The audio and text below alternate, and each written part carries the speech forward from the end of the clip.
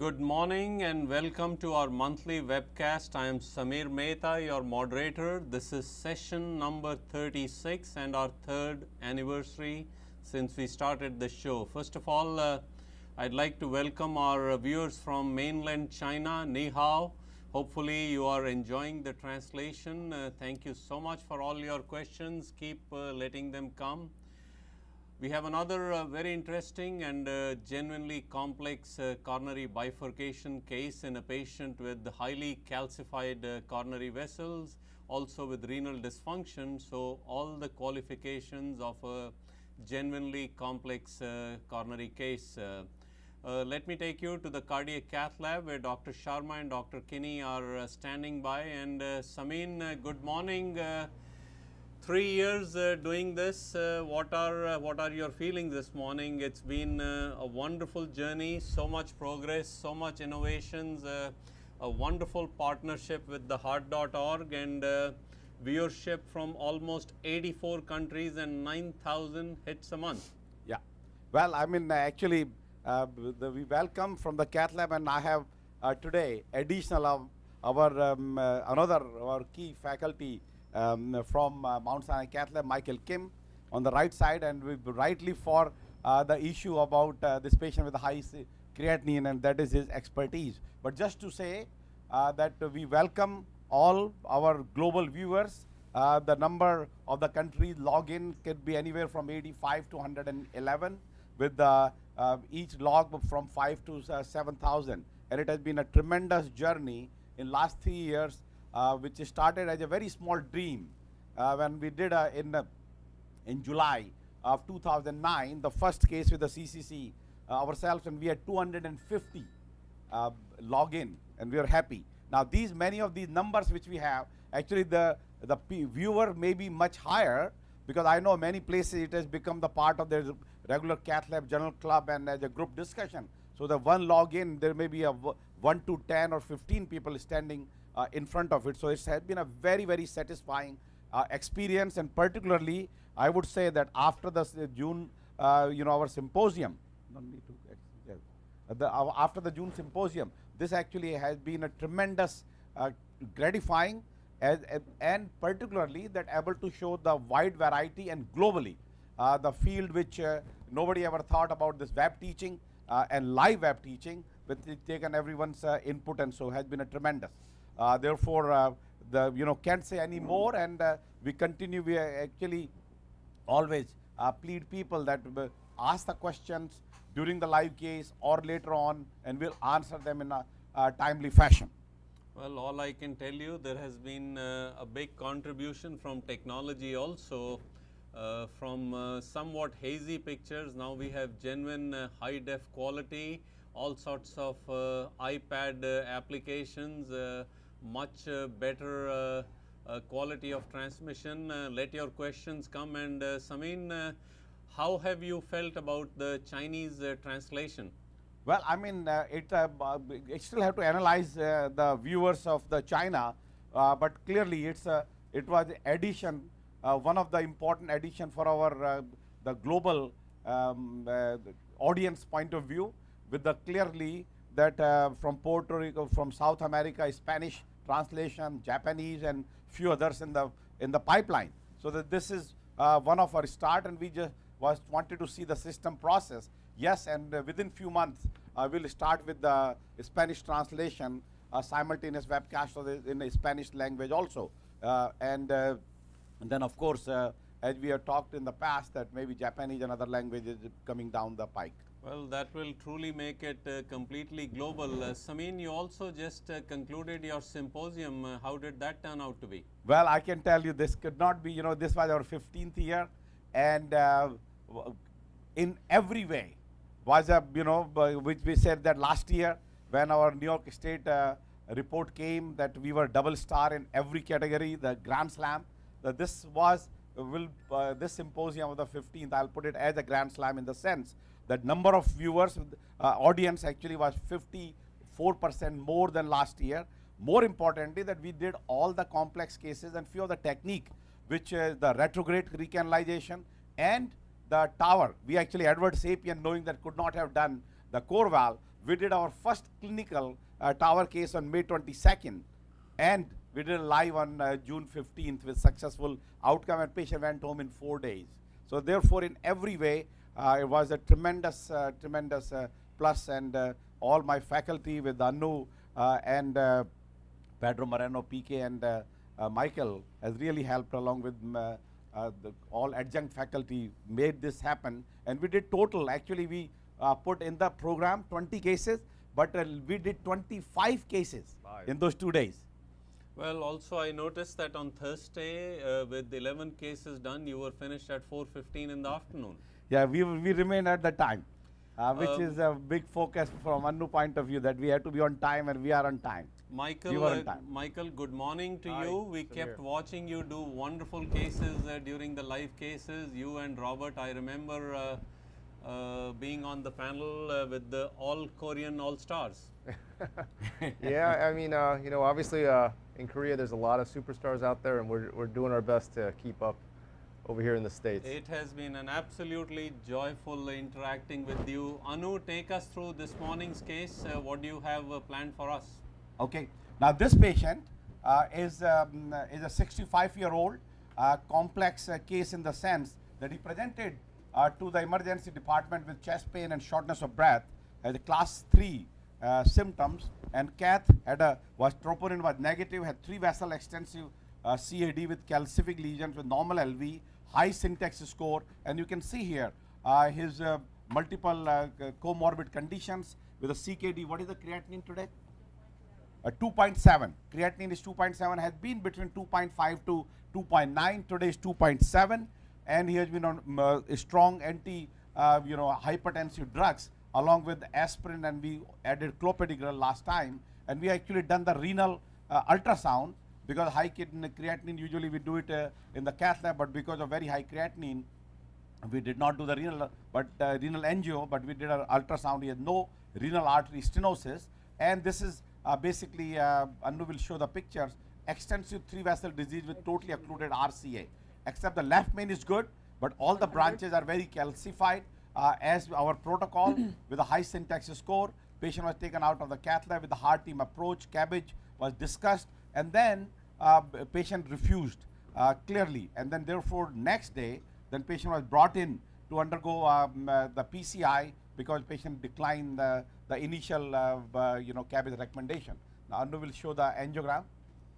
You see the LV, yes, his EDP was normal with a normal hyperdynamic LV. This is a totally occluded proximal RCA, heavy calcium.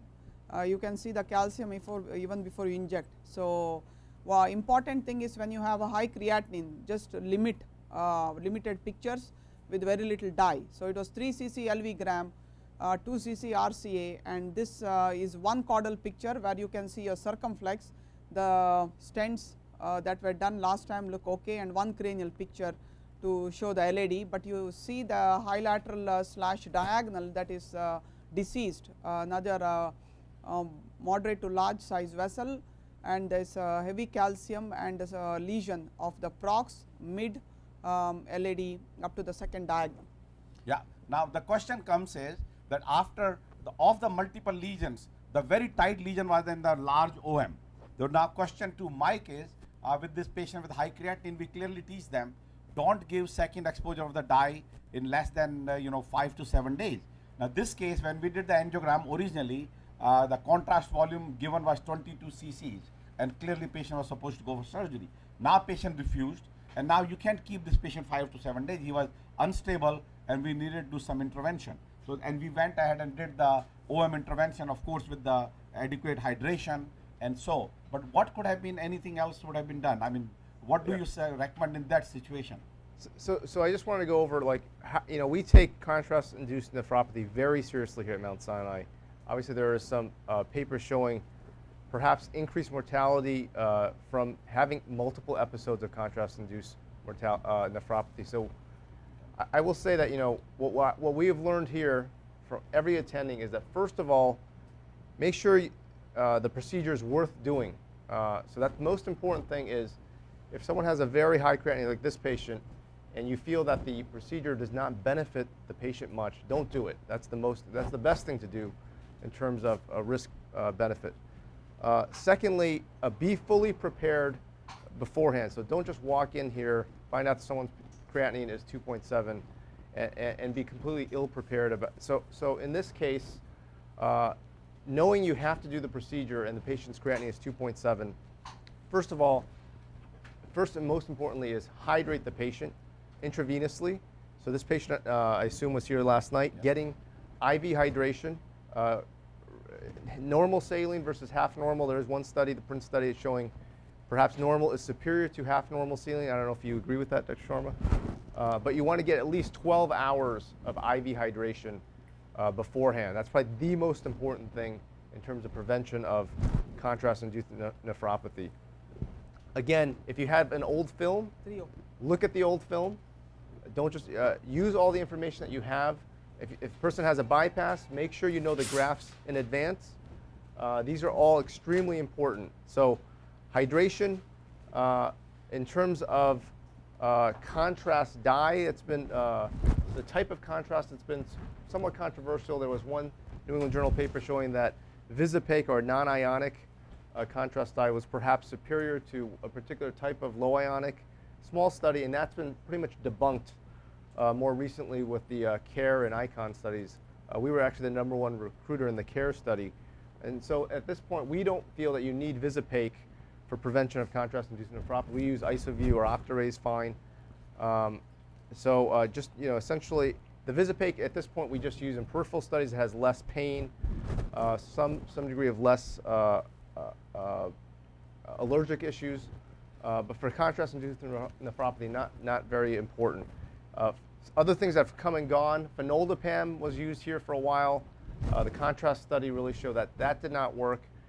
N-acetylcysteine, again, very controversial. Multiple studies showed perhaps, especially the CT study in Germany in 2000, perhaps it does prevent contrast-induced nephropathy. And then multiple randomized trials showing some help, some do not. A meta-analysis shows perhaps it doesn't. But most importantly, recently in Sao Paulo, Dr.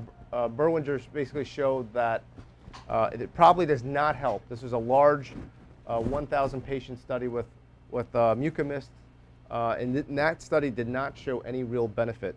So at this point, Michael, what about sodium bicarbonate, out of the way too? Yeah, again, another controversial method of preventing contrast-induced nephropathy. We used it here for a couple years. We had some issues of pulmonary edema, at least the way we were giving the sodium bicarb just in large saline bags and giving it so quickly, which is what you have to do. We had some issues in patients with low EFs or who are hypertensive where they essentially went into pulmonary edema. Now, it's a great question because the study that we're currently involved in is called the BOSS trial, and that is a very concentrated amount of sodium bicarb in a much smaller bolus. And Dr. Solomon's really convinced that if you alkalinize the urine aggressively, that you could truly prevent contrast-induced nephropathy. So that is one of our 2 current protocols. The other being renal guard, which is a forced diuresis system where essentially you put a Foley in, you you give a little Lasix, and then you give liters and liters of fluid, really forcing a lot of fluid through the kidneys, up to 5 liters over about a 4 to 6 hour period of time. And the Remedial 2 study that came out last year really showed it was superior to, in a smaller study, superior to both saline, N-acetylcysteine, and bicarb. So we're hoping that this study does prove to be fruitful in prevention of contrast-induced nephropathy. Michael, this patient is fortunate in having a good LV function. How do you deal with hydration in a patient with severe impairment of LV function? Basically, you do your best. I mean, there's no great science to that. We've always given about 30 cc's for about 12 hours in patients with severe LV dysfunction. Of course, you really want to make sure you watch them carefully. You look for signs of volume overload. But I think, it is too important to just ignore completely. I do feel as long as they're not currently in pulmonary edema, you have to really give gentle hydration and just watch them carefully, Samir. And give a 0.3 to 0.5 in these particular cases. And really, this is a good part of our discussion. And that is what we planned today, that do a rota of the LED diagonal system. Syntax score now is at 40. Now clearly appropriateness point of view, because patient on maximum medical therapy and the symptoms, even class 2 now, and 3 vessel disease makes it appropriate. And the point we can go, which is important, Anu, from your point of view, one is the guide catheter if you're doing a rota. Because there's a lot of people believe that you are doing a rota, you need to use a 7 French. Yeah, but I think for when you have a burst size between 1.25 to 1.5 to up to 1.75, 6 French is okay, and especially if you know the patient's creatinine is high, try to do with the smaller guide catheter rather than go with the larger guide catheter, because then same the dye load delivery is higher with the larger catheter. What about the side hole? Because I still believe, particularly the right coronary, with the side hole issue.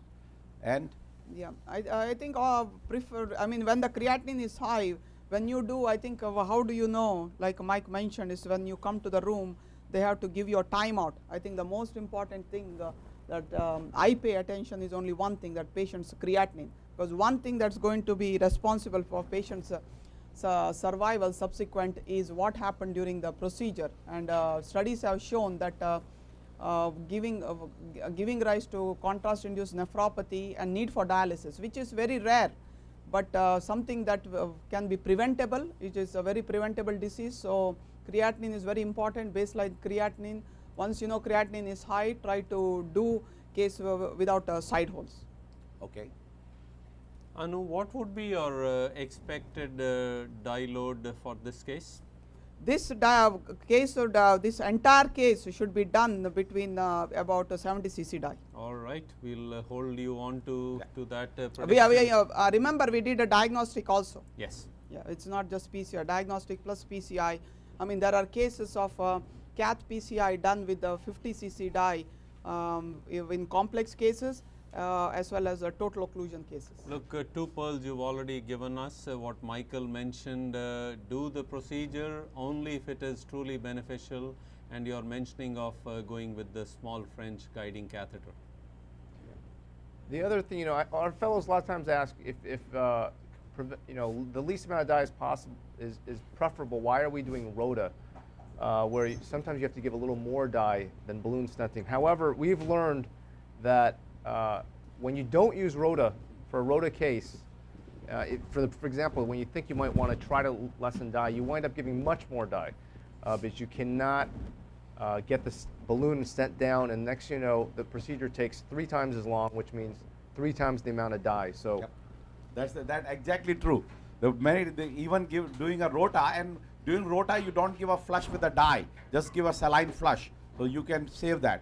Now, the last one is the issue about. And the other thing is same. That question is more important. What we need to teach is how can you do the procedure with that less amount of dye.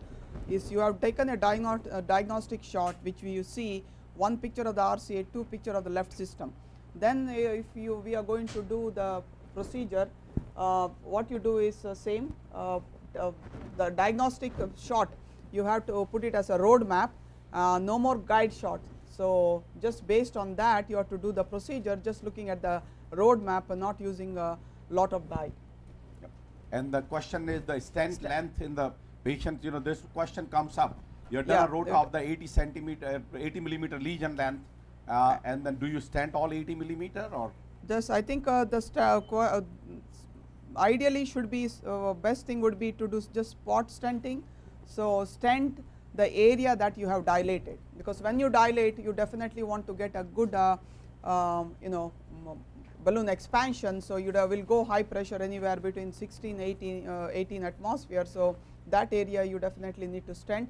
Just because you did a rotational atherectomy of the almost approx mid portion of the vessel does not mean that area of the vessel needs to be stented. You can just come up with the spot stenting where you just did a balloon dilatation.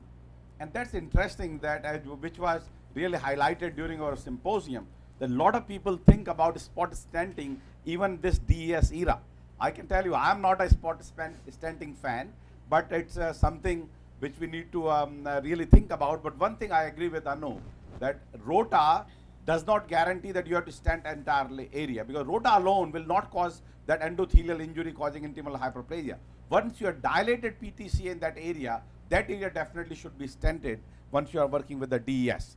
Now with that note, we go to the two very important, one actually partly already has been covered, and I'll go little quickly later on that, the PCI in the advanced CKD patients and prevention of acute kidney injury. But very the relevant topic, we have three requests in last 2 months that I should talk about this, is the longitudinal stent deformation, LSD. So it's not a drug, it's a new terminology, the longitudinal stent deformation, and basically it turns out to be that what it is.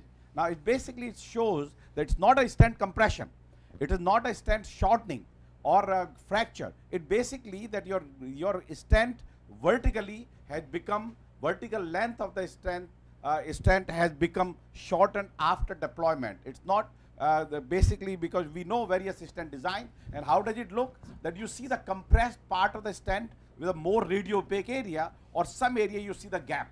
So the stent is still not a classical fracture that you are through and through, but you see a little opening in one area, or the black portion you see it at the bottom, that you see the jumbled up stent, and that basically is the stent deformation issue. Now, just want to say again, it's not a foreshortening or traditional stent shortening, it's not a stent fracture, it's not a stent recoil, and frequency is the most important issue that we didn't know until last 2 years on this issue, that what is this issue about the stent deformation and so, and of course it has a very stent design, and more importantly, I did the search yesterday in preparation for it. 212 articles on this field of LSD in last 2 years. 212. Just amazing what has been shown. You can see here, just to put a stent, longitudinal stent deformation, 212 article on this field. Now basically what does this all mean? Now this is basically the stent design, and they basically see the stent struts which are corrugated. They are connected with the connecting link, and to me the connecting link is the Achilles heel of LSD, that where this has been messed or maybe reformed compared to older generation has led to this longitudinal stent deformation. And I really believe in this Ormistanology. You know, Ormistan makes all his nice the tube experiments, and nice paper in JACC intervention going through this whole field, that what is this stent longitudinal integrity. Now basically, as you can see here, he has all these stents, our Cypher, Liberté, Vision, Multilinks, Driver, Integrity Resolute, and Omega Promus element. Now basically the strut thickness in the bottom, and the real bottom is the number of the connectors. The connector basically, if you are a straight connector versus you have the U-shaped connector. Now you see, once you go to the more right of the screen and you get to the Omega Integrity, Omega Promus, and maybe the Integrity, but more importantly in the Omega, you see the connectors are 2 and they are straight. Compared to your Driver, your Multilink, and so Vision, you see the connectors are more U-shaped. So therefore now you have a one very straight direct connection, and to me this is what has resulted in the problem. What they did is that he applied a 0.5 Newton force to see that if we put on this stent in the bench testing, then what happens to the stent. Now you can see here various stents behave differently. Cypher, of course, we knew that will not compress because of it's a very little movement. But now we go to even our Vision and Multilinks, shortening is 1 millimeter. But now you go to the Promus element, and you see almost with the Omega and Promus 5 millimeter shortening with the similar force, and this is translated into the shortening. You can see that when a stent shortened by 5 millimeter on the right side, stent really deformed. Some of the stent struts came very close, some became separate, and some of them actually really deformed. Now what will be the impact of this deformation? We all know, cause high restenosis, can cause stent thrombosis, that has been reported, and more importantly, you want to advance any other stent through the stent, you will have a trouble as shown here. And this actually comes down to basically that somehow in the Promus element, and so you see such a high stent compression issue. Now then therefore actually FDA, again, I'm just telling you this was totally new field for me. I learned all this in last 48 hours in preparation for our this morning talk. That FDA actually has issued the label explanation with the Boston Scientific because it was seen or reported, I would say, I would not say seen, because reported most with the element stent, basically, whether it's iron or it's the Promus element, and these are the higher number. It can occur with any stent. In actually Mount Sinai, we have seen about 4 cases of stent deformation, one of them with the Zions, and other 3 with the 1 with the iron and 2 with the Promus element. So it does occur, and it's a little differentiation. And based on the FDA, actually they have asked only to the Promus Boston Scientific, not with the Medtronic or with the Abbott Vascular, to make a point, right explanation about the stent deformation. Now, in all fairness, Dean Kariakis, the PI of the Perseus trial and of Platinum, they analyzed all the angiogram and they did not find any clinical stent deformation in their case. They have a similar in both, whether it was a Zions or it was Promus element or the iron element, Texas element. But just to say that yes, there is in the literature, there are a few other presentations in the TCT that incidents does occur, maybe with other stents also, but much higher with the element versus anything else.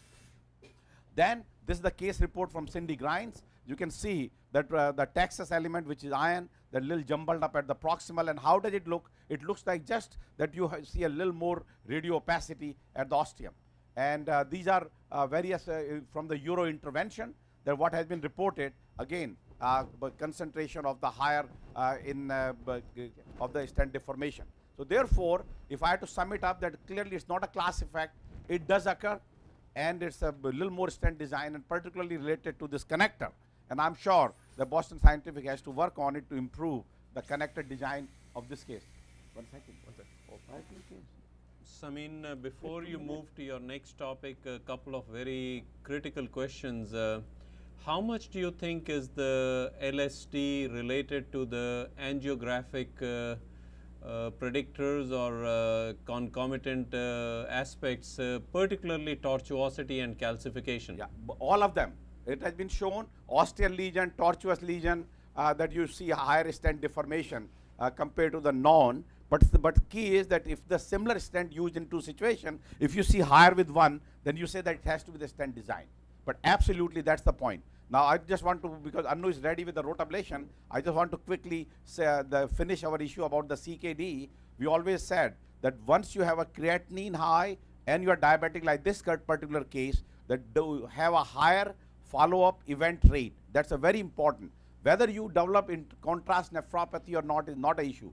Just by mere presence of diabetes and high creatinine are synergistic for a bad outcome on a long term in hospital as well as 1 year. And of course, once you develop CIN, you multiplies in terms of the bad outcome, which is the yellow versus the red bar. And of course, this paper from Rihal and from Mayo Clinic, that development of renal failure after PCI has a similar odd ratio as your cardiogenic shock and so. Actually the paper from Solomon, particularly follow-up our CARE trial, that once you develop CIN, clearly, even if it was reversible, associated with a higher morbidity and mortality. Now, these are the agents we already have spoken, particularly with the sodium bicarbonate trial still ongoing with the Bosch trial to answer, but N-acetylcysteine was the latest of the casualty in this field. As you can see in the top, only thing remains is the hydration, hydration, hydration. Rare cases you can always do a hemofiltration and so, and with the Bosch trial is still ongoing. So therefore, the tips and so already have been spoken. I won't take any further time, and we are ready with the rotablation now. Samin, some of these guidelines, are they available at any website what Mount Sinai uses? Yes, absolutely. In our presentation last December, and what we are using now, actually last December we have all detailed explanation of it. Yeah. Okay, now tell us what bar. We did our 3 steps. We were about the knob, Y connector, Dynatap, and we just was going to start rotational atherectomy, and Ziad, who is on my right side, is just going to give a saline flush, no dye. Now we use a 1.75 year little discussion. should we use a 1.5 versus 1.75? I said if we are using 1 bar, maybe in the very calcific vessel, let's use a 1.75, but we'll see. If we get little trouble, we can downgrade to 1.5. And as you see, it does go You through can, a 6 French guide. Yeah, like increase a little bit, yeah. And all with a slow speed of 140. If there is a trouble, you can always go to about 150 or maybe higher.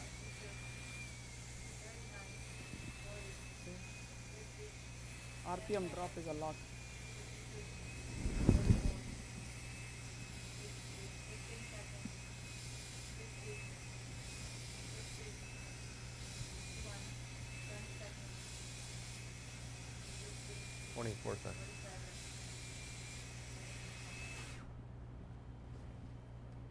Yep, we are having a little difficulty, which is expected. We have the 1.5 bar somewhere. Good. Okay.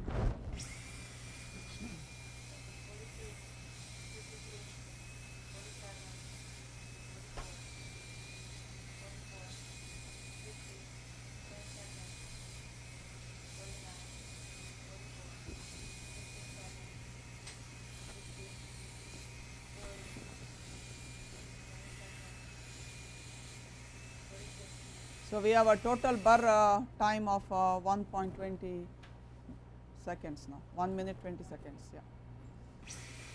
Slow pecking, never push, keep advancing every time, little by little.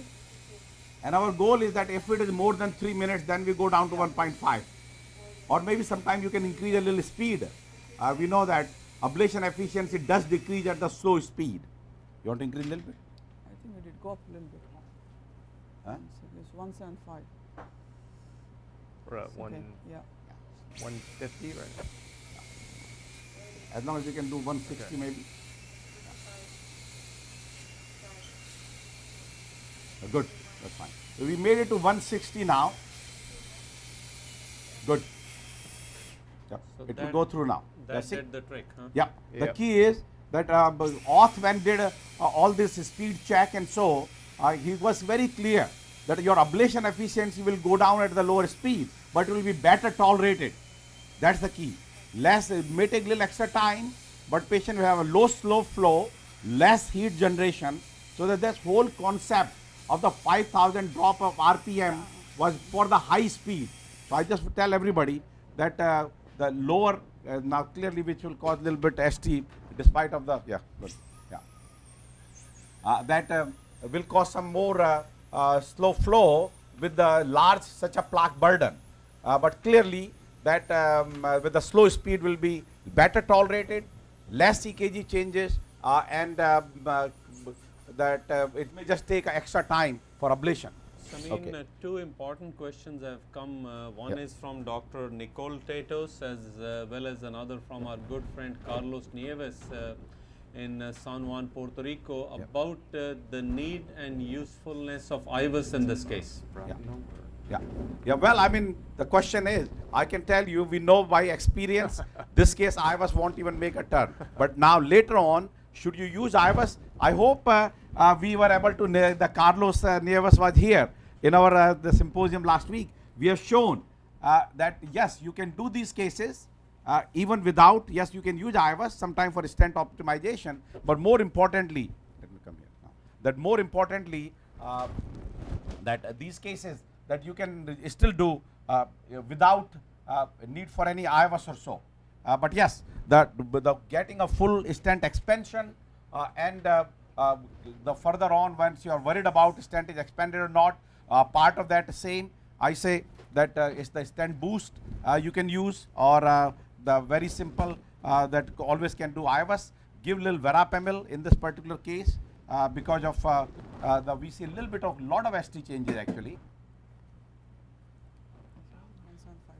Huh? I think it's here. some no reflow from. Yeah, we'll try to see it now. Let's take a picture. Okay. Take a picture.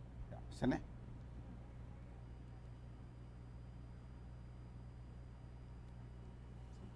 Okay. So what happens? Yeah, I think it's part of that was maybe related to this 1.75 bar. Lot of plaque, but that's okay. These cases, you know, rapidly we can also, we know that 2B3A interaction, in these cases, the platelet aggregation. So we can use the actually we can use epsiximab on him. He's Also good. very, Let's very, get epsiximab. very short left main. I was wondering if the guiding catheter was also slightly. Yeah. No, that's just. Yeah. 16. This is the 2.5 20 NC track. Yeah. Few more minutes, my friend. Few more minutes. Yeah. Yep. Sit down. See, I liked Anu's approach here, how instinctively she had downsized the burr, probably anticipating this challenge. Let's say if you were using a 175 burr, Samin, would you have then gone to a smaller burr before increasing the? Yeah, you can always go burst down speed? to a smaller one. Yes, absolutely. So this one we are trying to do. Many times we may end up inputting to numb the left groin. Go. Yeah. That we may this case you might end up inputting a balloon pump just to improve. Okay. Yeah. As long as we just get the flow now. Yeah. And then we're trying to do a little more verapamil. Although always can use nipride and so, but do a little. Yeah. And it was a lot of disease even downstream. The other thing is that since his blood pressure is okay, what you can do right now for the slow flow is get us a twin pass, Yeah. and we can inject some Inject vasodilators You can take distally the rotawire out. till we get the stent there. No, the stent will go, but we are not putting We stent don't yet. need a balloon pump. Yeah, he's Yep. right here. We are okay. We are causing little pain. Will be normal. You go up to Show the head. EKG changes. Yeah, there are a lot of tremendous EKG changes. I'm gonna get the left. Yeah, yep. I don't think you need a balloon pump. SS. Okay. You just have to get the flow here. Yep, That's it. yep.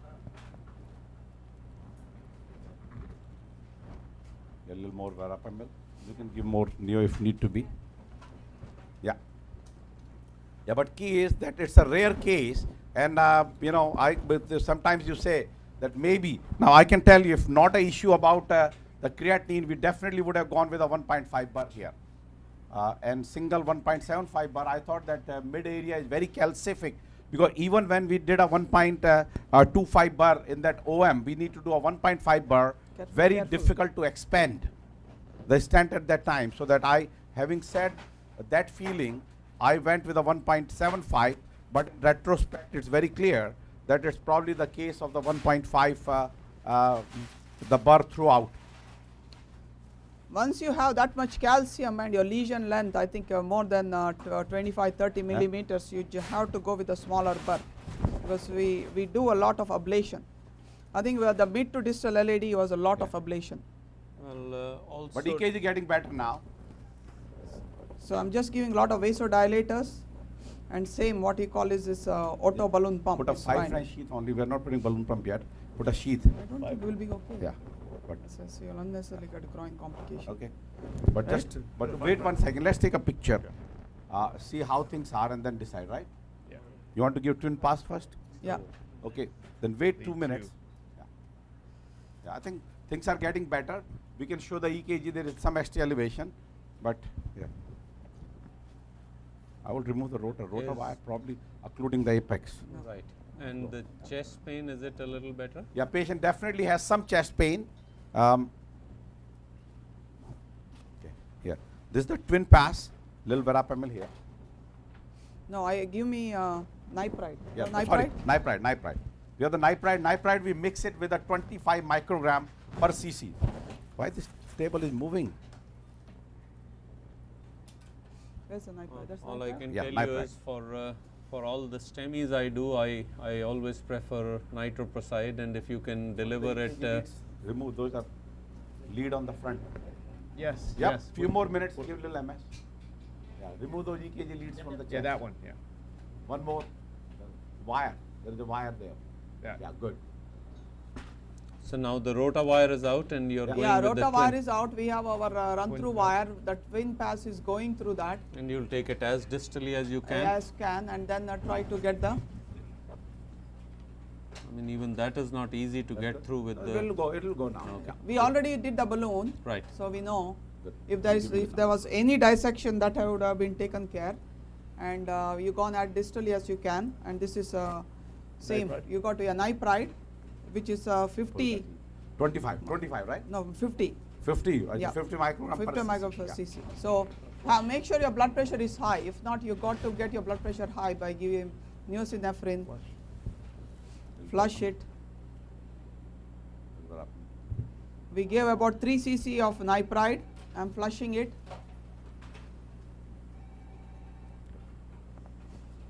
Give a little breath. Yeah. You have to be careful with the verapamil, can cause a lot of bradycardia. Okay, flush. Take it out. You still having pain? Vicky, little Neo. Now be the better. pressure is about 100. Verapamil will always decrease the pressure. No, nipride. Nipride, I mean, Nipride. verapamil, bradycardic and so. Like, yeah, let's bring it back into the guide. Yep, we are going to take care of it now. I think we need more dilatation. No, this Okay. is not good. Before we deliver the stent. You mean in the mid 3 portion? Yeah. 3 or Maybe 20 a 3 high or 20 pressure. high Maybe, pressure. Vicky, little Neo. I think we should put the balloon. Okay, now we'll decide now. Okay, we're doing this picture to see Pressure whether we is need low. to do anything. Yeah, okay.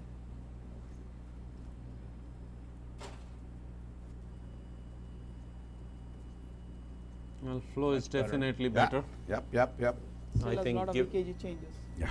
So right now what you can do is dilate, do the stents quickly, and then if it's still persistent EKG changes, we leave a balloon pump Balloon at pump the the end. same size. Rather Same than side. make a hole on the other side, likely to develop any bleed or vascular complication. I think we can go with the stent directly. No. Okay. This thing was not going easy. Okay. So we are going to post dilate after rota again. We did a 2,520 about 18 atmospheres. Now we are going to 3.0. Anu, your concern is a little in the mid area, no? Yeah. And now we see Before the the EKG. second dive. They should show the EKG looking quite good now. Yeah, EKG STs has significantly resolved. Right. I think that is what could have been correlated even with the flow looked significantly better. Go. This is a non-compliant or Same. Yeah. It's a 3.0, It's a 3.0. 20 NC track. And now you see it's a good expansion. Yeah. You have 38 stent? Michael, in the meantime, Three or did you 38 get access on the left groin? Well, Yeah, we no, actually were just waiting. Yeah, You waited, Yeah. okay. Decided to, Because, it's a little restless, moving around. Yeah. right. We don't want to get. Yeah, last thing we want is Down. an unnecessary vascular complication. Absolutely. But if it need to be, and particularly that the slightly TIMI -3 flow, you can just put a balloon pump from the same side. Right. I can tell you, after a long time we had this slow flow, and in 36 cases we had done at Well, least rota. I have not seen you Yeah. go up higher on the burst speed also Yeah, for a right. long time, so I Yeah. think that correlates. Very Michael, what had you used for this case by Valirudin? Yeah. Yes. Bivalidin and our ACT is 320. But we are getting entitlement now, or F6 Now. F6, yeah. Yeah, and F6 give intravenous bolus. No, remember the major trial now have answered this question to rest. Intracoronary versus intravenous of the 2B3A, ADA STEMI, large number of cases showing that IC versus IV, F6 similar benefit. Let me talk to the patient. Okay. Everything Yeah, is this okay. Dr. Thiel has done some amazing work in this area.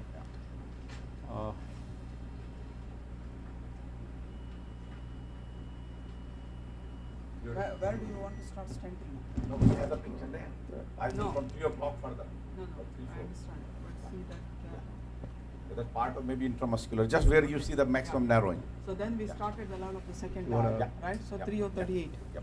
So, semi-full metal jacket or a Gus Pichard Which we spot expected. stenting? Now in this No, case, this I will be think a full metal jacket, Because- starting at the second diagonal up to the osteal LAD.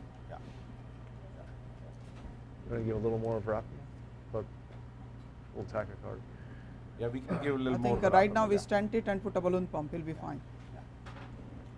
And the same thing, that this is the point we try to make, that try to decrease the vascular complication, particularly, remember any of the non-randomized trials of the balloon pump, that if you use a balloon pump as a bailout in that emergency situation called more trouble, then you do electively.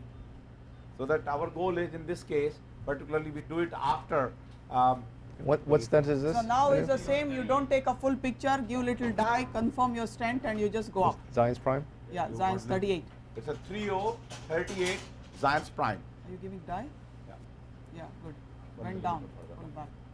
Further? Yeah. Go with the 2 millimeter further. Wait. What did we decide? You want Yeah. a stent? And clearly that the point of the stent deformation is To the very diagram. important. What we said Your before guide the should dial. not come in touch with the guiding, with think, the yeah. proximal part of the stent. Huh? We never went here. I think to the If diagram. we can go a little bit, fine, because we'll need a 2 stents here anyway. Yeah. Good. Okay. Be careful. Okay. Yeah, Don't go no. too. Don't. Okay. this Low is- pressure, and then your part of the LED, despite being calcium, is intramyocardial. This is a trio.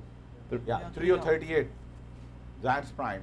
Actually now, last week we got approval of the Promus element also, and now only thing remaining is getting approval of the long stent of the 33. resolute integrity. Need a 33? I think it will be 38 again. Several viewers have also suggested, as you have done, about the use of 2B3A. Good. Little further. Oh, maybe Go 38. further. Yeah. We are given IV at 60 mAh. 38. The bolus. Further left. Yeah, no, we open the ostium. Yeah. Okay. Yeah. The stent, I think 38 will be okay. Another one. Yeah. 3 will be okay. Yeah. So this is the balloon without the stent, and you're using this to dilate. Yep. Don't give. No, half we give. Nothing will happen once you give balloon pump. He's fine. But EKG is normalized. He is no longer complaining of pain. So those are the two reassuring things. So it gives you time. Yeah. Well, time and probably reevaluate the strategy. Maybe he does not require any balloon pump, do you think? And also I always tell people that once you have a slow flow, take this up, make sure that you do the EKG, everything looks in the end good, because we monitor only 3 leads. That after it is all done, before patient comes out of the cath lab, do the electrocardiogram on the table, because that you will know that is the EKG with your vessel, whatever the small slow flow is. Because that patient goes to the cath, the CCU or anywhere, they will say, oh my God, then now there is ST elevation. While that some of the ST elevation probably is because of your slow flow. Beautiful. Looks very nice. I am glad you went a little more distally. Yeah. All right, you can hear the patient snoring. The things are going in the good. Michael, at this stage, you are happy with the amount of contrast in this very complex, difficult case with I am. I think, unanticipated challenges. Despite all this, Anu has done an incredible job We still, not giving in much double dye. digits. 80. Yeah. Good. Be lower, yeah. Go. And we're just about done too. We call this dye-less angioplasty. Yeah, look, Well, I don't know this I truly believe is the take-home message, and some of the things which Michael articulated at the beginning of the case. Approach this with humility, prepare yourself well, hydrate the patient, small guiding catheters. Now, And- hydration is the same. I think anywhere between 3 to 6 hours is good enough. If the patient has come as an ambulatory case and you realize that morning creatinine is 1.8, based just on the examination, if you know the patient has no clinical indication of heart failure, you can just give a bolus while waiting. That's perhaps where bicarb is beneficial. It does give you, at least theoretically, a bolus-like effect if you have to go quickly for an angiogram. Mike, I'm assuming most of these patients go home the next day? Yes, So our guidelines for same-day PCI actually, based on the Millman criteria for admission, up to 1.8 is really the accepted creatinine, which is a little, it's aggressive, where you essentially are allowed to keep a patient overnight and bill for that. That's 1.8 or above. The question I have for you, follow up to this discharge strategy. You started with 2.7 today. At what stage would you feel comfortable sending this patient home tomorrow? At what level of creatinine? Yeah, that's a great question, because we don't obviously just wait around to see a creatinine go up necessarily. It doesn't go up the next day. It usually goes up Right. 24, 48 hours later. So, Exactly. there are patients clearly, we've all sent home with the next day where the creatinine has not bumped, where they may have bumped up at home asymptomatically, and then you see them 2 weeks later, and of course the creatinine is still normal. And so you think everything went fine. Perhaps they had a asymptomatic episode of CRN, CIN. But basically, the point where is, we'll take a picture now. Good picture. That the one thing for sure that we will not do that if the creatinine is going up, as long as it remains same. Yes. Then we let go with the plan that patient get a creatinine check 3 to 5 days outside. Like this case is my patient. Patient will come to see me in the office a few days later. And in the more recent trials, Samir, BOSS and Renal Guard, you have to check the creatinine 24, 48, 72 hours after the procedure, and 1 week, and 30 and 90 days. So it's a lot of blood work, but it really will show the effectiveness of these strategies. And we actually send phlebotomists to their house in order to do so. So Like, it's a much more accurate study. to me, the real vulnerable patient is the one with the impaired LV function. Yeah. You have a lot more room in this patient. Looking good there, no? Yeah. Looking very good. The ostium looks good enough. There's the mild disease proximally, which is fine. Right. That's not our goal. From the interventional point of view, we have actually, how much than right now? 80. 80. Wow. And you can show the EKG now at this point. Yeah. Show the EKG also. Show the camera wide. They have it EKG there. Anu, what that's- is your clinical decision here? No balloon pump, just do a 12-lead EKG, watch that the I think we'll patient. decide based on the 12-lead EKG. We can show the 12-lead. Why they are not showing the EKG? No, they did not show it. Just show the screen right there. Right there. Oh, there we go. Looks almost baseline. Yeah. Yeah. And patient is fine, sleeping. And we come back to our quick end of the presentation. That clearly that lot has been said already. The key is that the newer guidelines basically telling the evaluate the patient for development of contrast-induced injury. That therefore you need to evaluate, assess the patient, hydration, so they don't rush these cases. Very, very important. And of course the contrast media remains issue. So now two important points I want to just end up.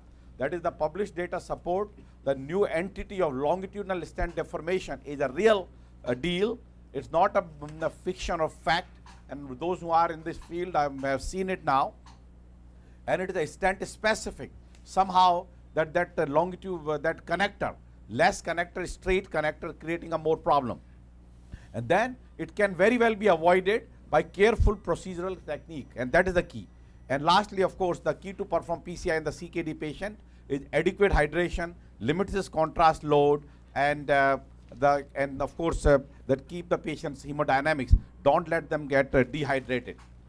With that note, I would say that in time we have finished our the 36th successful case. Actually, not successful.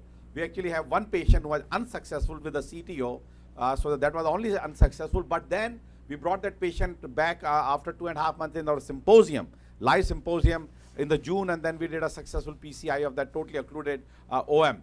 So that it was successful by taking the 2 trips, which I always say for the CKD, about 12-15% success occurs by your second stage. So I mean on the CTO that occurs by the second stage. So that patient was unsuccessful initially, but became successful. Otherwise, we did have some minor procedural mishaps, which have been taken care, and part of those have been the learning experience. Like this particular case, slow flow. What I would say, definitely would have gone with a 1.5 bar. They actually had 1.5 bar. You know, it just says that, you know, you want to do little different things, but maybe do it exactly the way you do all the time.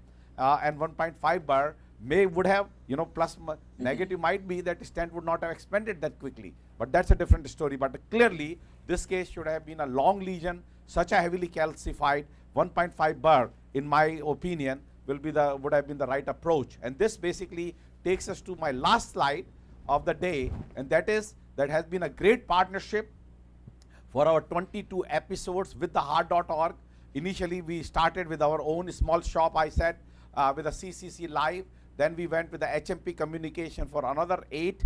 And then we did now the 22 episodes with heart.org has really given a global audience and global publicity. And I really thank organizers of the heart.org and who has really done a tremendous job bringing this platform of the live webcast to the center stage, where everyone talks about. Every meeting I go, our face is attached to this, the master class in interventional technique.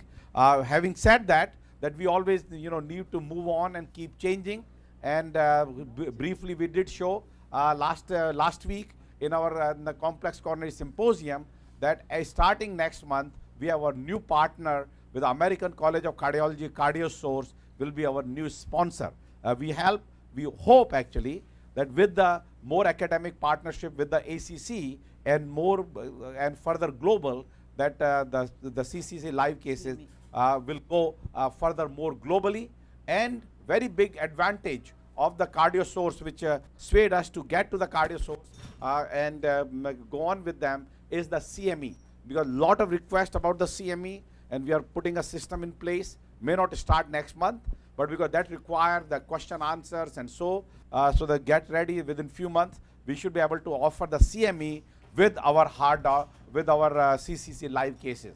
With that note, I really thank all our viewers and Samir, particularly you, that for all these 36 episodes uninterrupted, you have come in time and has done this tremendous moderation and keeping the all audience engaged, while sometimes we have a little tough time, but navigating through scientifically, unbiased, and appropriately with the appropriate question and answers. Samin, I echo your sentiments. I think the partnership with the heart.org has multi-dimensionally increased our profile. It has increased our global reach. We've learned and it has been a wonderful partnership. Hopefully there will be new vistas to climb with the acc.org, and as you have mentioned, the CME is of course going to be very critical. I want to quickly go back to this case for a moment and get Anu's final thoughts. Maybe first Michael Kim and then final word from Anu. One sentence from Both. Mike. Particularly, I'll tell you why I think this is a very instructive case, because right towards the middle of the case, we had a fairly pronounced no reflow ST segment, and to have managed it in such a effortless, very calm and composed manner, I think was remarkable. And Anu, excellent job done. Michael, what are your thoughts here? Well, basically, these are tough cases. There are some complications. The key is, as we showed here, you have to be prepared. You have to know how to handle it quickly and appropriately, and that was done here. And because of that, we were able to successfully complete this very tough case in a CKD patient with still giving double-digit die. Yeah, I think the fact that I think both from learning from Mike, Dr. Sharma, the pathophysiology of contrast-induced nephropathy, and if you see, you always figure out what is the cause for contrast-induced nephropathy. The cause is about 20. When you know there is 20 causes and at least 25 different things have been tried, there is no one particular thing that has worked. And the best thing that I will tell people who go away after this learning point is two things that really helps in this patient is hydration, hydration, hydration. Even if your EF is low, you still, when they're on the table, you can still give a bolus. While they're preparing the patient, you can give a bolus anywhere between 300 to 400 cc's, and you are there to watch the patient. If the patient goes to heart failure, you can immediately give Lasix and limit your die. These are the only two measures which I have seen have prevented CIN incidents. And same, as long as your creatinine is okay next day, they go home next day, but a follow-up creatinine within a week, between 5 to 7 days is a must, because nothing happens for 3 days. And you can't keep the patient in hospital 3 days watching for the creatinine bump, but they go home, but a follow-up creatinine at 7 days is a must. That's the time when you catch them. They mostly are asymptomatic until they really have symptoms if they creatinine goes above 3.5 or 4. So the key is limit your diet and hydration pre and post procedure. Anu, in this particular case, what do you think turned the tide around? You're putting the twin pass? Yeah. I think a twin pass and same vasodilators with a lot of flush, making sure your distal Delivered into the vasculature has distal opened bed. up. Yeah, the twin pass is a must, and I think that's another teaching point here is how do you take care of slow flow. Two things you worry about. You did an ablation, so you know some micro debris have gone downstream. Same thing you may see when you're doing a thrombotic lesion. And other important worry is, did you cause a dissection? So both can cause, not slow flow means if the distal flow is not there. So that is why before we did twin pass, first thing we did was dilate with the balloon. So you make sure if there was a dissection, that flap has been taken care. Next you give your vasodilators. So these two measures have been taken care, and that's time you started seeing the patient turned around. This is the last month for us for having completed our fellowship training. We have trained 7 great fellows. I have Ziad Ali with me. So he's going to just give us short run about what fellows experience has been doing with all these tough cases, and their experience doing live, helping us doing the live monthly webcast as well as the symposium. Ziad? Well, thank you very much, Dr. Kinney. I can tell you guys across the world get a taste of our fellowship on a monthly basis, but this is what it's like every day. And the attendings take a lot of time in teaching us. In fact, before this case started, I was discussing with Dr. Kinney, I could tell you that a fellow would be doing this case. So it's been an incredible experience for me. I came across from the West Coast to the East Coast specifically for this fellowship and specifically to learn from the Masters of Interventional Cardiology. And I can say Give half nothing bolus of but it. incredible things about the training that I've received. I feel entirely comfortable about not only doing interventional cardiology, but doing complex cases. So I thank all of the attendings for that. Anu, fantastic job with training fellows. I know how much time you spend. Samin, we look forward to our partnership with ACC, and is Dr. Spencer King joining us during the next transmission? Did we hear yet from Spencer yet, Dr. King? Should you show the 12 ED kg? Yeah, no, little less elevation. Yeah. Okay. Now we are working to make it a grand event. Excellent. Thank you so much. It's been an outstanding case. To me, the high point is going to be how well the no reflow was handled and managed. Thank you all for joining us. Thank you for your detailed questions. I hope this has been useful for you. We will see you during our next session, session 37 on July the 17th. Till then, goodbye.